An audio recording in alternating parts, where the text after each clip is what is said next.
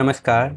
इस वीडियो में हम बीए ऑनर्स हिंदी सेमेस्टर 6 के सब्जेक्ट अस्मिता मूलक हिंदी साहित्य में जो एक कविता संकलित है निर्मला पुतुल जी की।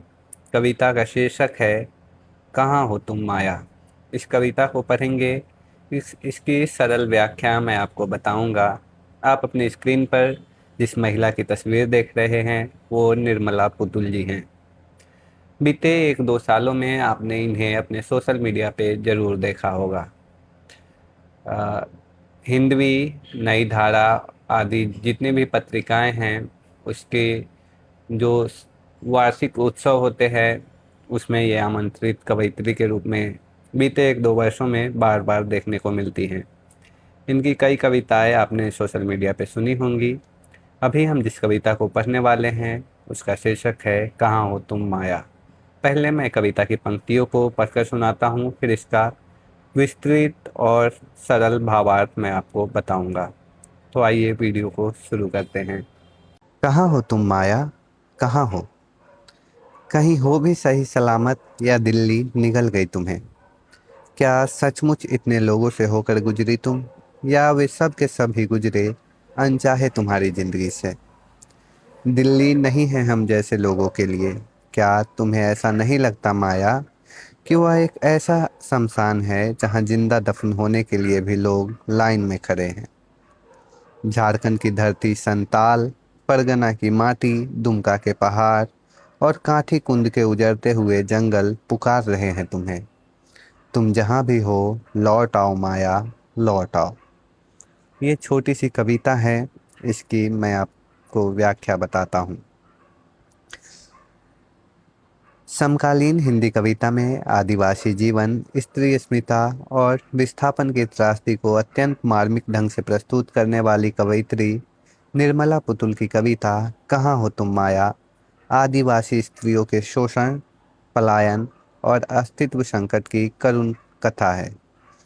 इस कविता में माया केवल एक लड़की नहीं बल्कि उन तमाम आदिवासी और गरीब मेहनतकश युवतियों का प्रतीक है जो रोजगार और बेहतर जीवन की तलाश में गांव से शहर की ओर पलायन करती है, परंतु वहां जाकर शोषण, हिंसा और अमानवीय परिस्थितियों का शिकार बन जाती है। तो आइए इस कविता की पंक्ति दर पंक्ति व्याख्या मैं आपको बताता हूँ। कवयित्री लिखती है, कहाँ हो तुम माया, कहाँ हो?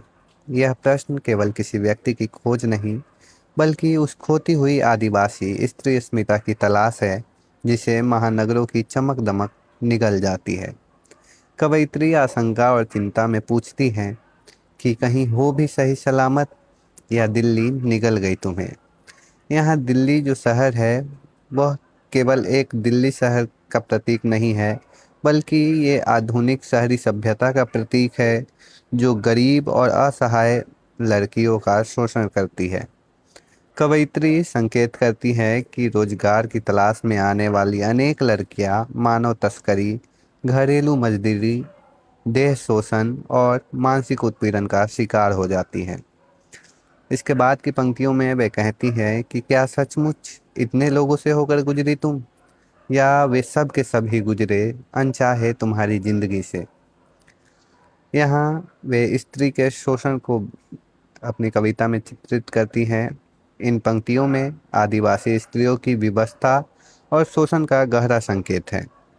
यहाँ कवयित्री यह बताना चाहती हैं कि शहर में माया जैसी लड़कियों के जीवन में अनेक लोग आते हैं, पर वे संबंध आत्मीय नहीं बल्कि शोषणकारी होते हैं।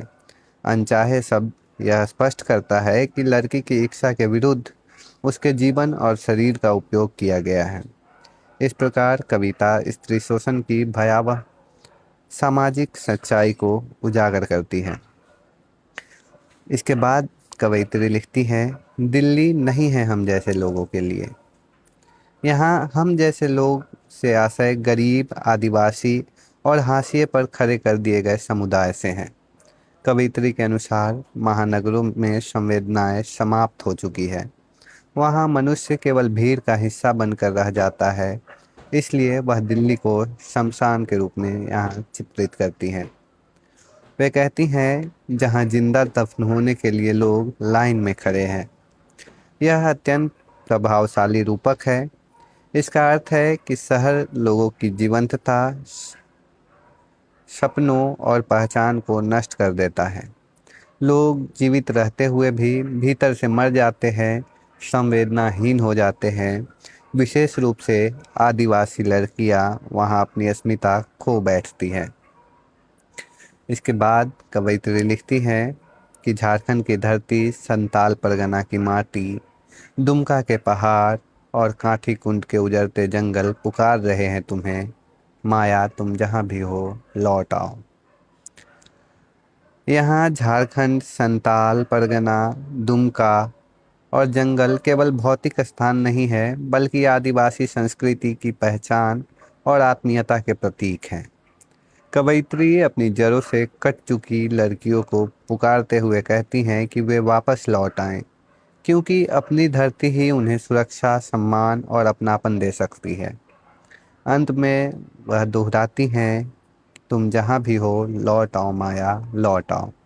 कवयित्री की गहरी संवेदना, चिंता और आत्मीय प्रेम को यह व्यक्त करता है। यह केवल माया को लौटने का आग्रह नहीं, बल्कि समूचे आदिवासी समाज की स्त्रियों को अपनी अस्मिता और जड़ों की ओर लौटने का संदेश है। तो इस प्रकार इस कविता की व्याख्या थी। इस प्रकार इस कविता को देखें तो इस कविता में कवित्री निर्मला पुतुल जी स्त्री अस्मिता, आदिवासी विमर्श और मानवीय संवेदनाओं को केंद्रित करते हुए माया नामक पात्र के माध्यम से हमें अपने जड़ों से जुड़ने की ओर आह्वान करती है।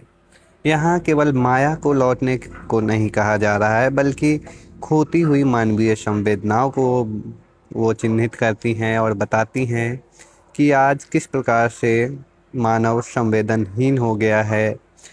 मानव तस्करी और शोषण की जो शहरों में प्रथा प्रचलित हो गई है, लोग रोजगार के लिए जब शहर में आते हैं उनका शोषण किया जाता है, शारीरिक, मानसिक और भी अलग अलग तरह से। तो यहाँ कवियत्री बताती है कि आप अपने जड़ों से जुड़िए, अपने संवेदनाओं को मत मरने दीजिए। मानव आज के समय में संवेदनाहीन होते जा रहे हैं। जरूरी है कि हम अपने जड़ों से जुड़े और वापस लौटने को यहाँ केवल माया को नहीं कहा गया है, मानवीय संवेदनाओं को जागृत करने का प्रयास यहाँ कवयित्री करती है। साथ ही स्त्री अस्मिता और आदिवासी विमर्श इस कविता के केंद्र में है। इस प्रकार हम कह सकते हैं कि कहाँ हो तुम माया कविता आदिवासी स्त्रियों के पलायन, शोषण, विस्थापन और अस्मिता संकट का अत्यंत मार्मिक दस्तावेज है। कवयित्री ने महानगरीय सभ्यता की अमानवीयता और आदिवासी जीवन की आत्मीयता के बीच तीखा विरोध प्रस्तुत किया है। कविता सामाजिक यथार्थ को उजागर करते हुए स्त्री सुरक्षा, मानवीय संवेदना और अपनी सांस्कृतिक जड़ों से जुड़े रहने का संदेश देती हैं। तो इस प्रकार इस छोटी सी कविता की छोटी सी व्याख्या थी। आशा करता हूँ आपको समझ में आ गया होगा। पाठ्यक्रम की और भी वीडियोज़ बनाई जा रही हैं जो कि आपको हमारे चैनल पर जल्द ही मिल जाएंगे, इसलिए चैनल को सब्सक्राइब कर लीजिए, वीडियो को अपने दोस्तों को भेज दीजिए और हमारे टेलीग्राम चैनल से जुड़ जाइए जहां आपको ये सारी पीडीएफ्स मिल जाएंगी। आप चाहे तो हमें हमारे सोशल मीडिया इंस्टाग्राम पर भी फॉलो कर सकते हैं। मिलते हैं अगली वीडियो में। धन्यवाद।